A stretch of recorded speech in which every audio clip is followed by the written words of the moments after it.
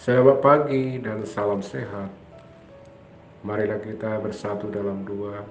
Tuhan Allah, Bapa kami yang Maha Pengasih, kami datang ke hadirat-Mu bersyukur karena Tuhan menghantar kami ke dalam pagi hari yang baru ini. Di pagi hari ini ingin kami disapa oleh firman-Mu. Bukalah telinga dan hati kami supaya kami dengan sukacita mendengar firman-Mu dan serta menghayati di dalam hati kami. Amin. Bapak, Ibu, dan saudara-saudaraku yang terkasih, dalam nama Tuhan, marilah kita mendengarkan firman Tuhan yang ditetapkan pada hari Selasa tanggal 15 Desember 2020, tertulis dari Yesaya pasal 62 ayat 3. Demikian firman Tuhan.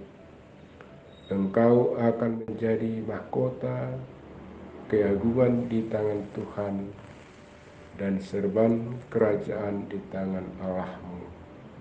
Demikian firman Tuhan. Carilah hikmat Allah. Orang pintar adalah menjadi kebanggaan bagi kita, sehingga banyak orang pintar yang dipuja-puji dan disanjung-sanjung. Mereka disebut dengan ahli, pakar, pengamat, pemerhati. Mengapa demikian? Memang kita melihat banyak kemajuan yang mereka perbuat, sehingga kita dapat melihat yang belum pernah kita lihat sebelumnya dan belum pernah kita rasakan sebelumnya. Oleh sebab itu, sebagai yang dibanggakan, mereka selalu diandalkan karena apa yang mereka perbuat selalu dimunculkan. Saudara-saudaraku, tetapi kita harus dapat membedakan bahwa kepintaran tidak sama dengan hikmat. Hikmat tidak pernah mengecewakan, sementara kepintaran sering mengecewakan. Mengapa demikian? Kepintaran lebih cenderung datangnya dari dunia ini dan sering mengutamakan dirinya sendiri. Tetapi hikmat datangnya dari Allah dan membangun orang banyak. Sekalipun orang pintar disanjung-sanjung, namun yang lebih diutamakan lagi adalah orang berhikmat. Dengan hikmat yang dari Allah akan membangun dan menjadi kesukaan bersama. Karena jelas dikatakan hikmat yang dari atas adalah pertama-tama murni, selanjutnya pendamai, peramah, penuh belas kasihan, dan buah-buah yang baik, tidak memihak dan tidak munafik.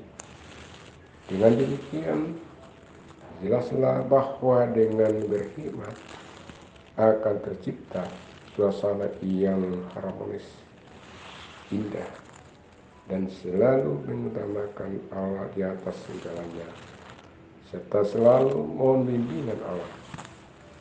Saudara-saudara, carilah hikmat yang dari Allah. Sekalipun memiliki kepintaran, namun tanpa hikmat, hal itu akan merugikan orang lain dan tidak dapat membedakan yang baik dan yang jahat. Carilah hikmat Allah sehingga kamu dapat menghasilkan segala yang baik dan berkenan bagi Allah. Carilah kepintaran yang disadari hikmat dan Allah, sehingga kepintaranmu akan menjadi persembahanmu kepada Tuhan. Sebagai renungan untuk dapat membedakan yang baik dan yang jahat, hanyalah dengan hikmat yang dari Allah. Nah, itulah Dalam nats ini, Yesaya pasal 62 ayat 3 mengatakan, engkau akan menjadi mahkota keagungan di tangan Tuhan dan serban kerajaan di tangan Allahmu. Mari kita bersatu dalam doa. Ya Tuhan Bapa kami, bimbing dan kuatkanlah kami dengan roh-Mu, agar kami mendengar dan menerima firman-Mu. Teguhkanlah firman-Mu di dalam hati kami supaya kami menjadi baru dan kudus.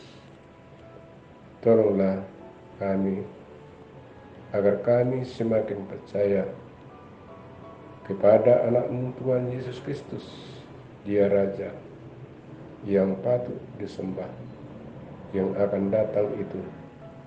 Terimalah ucapan syukur kami karena anak-Mu Yesus Kristus Tuhan kami.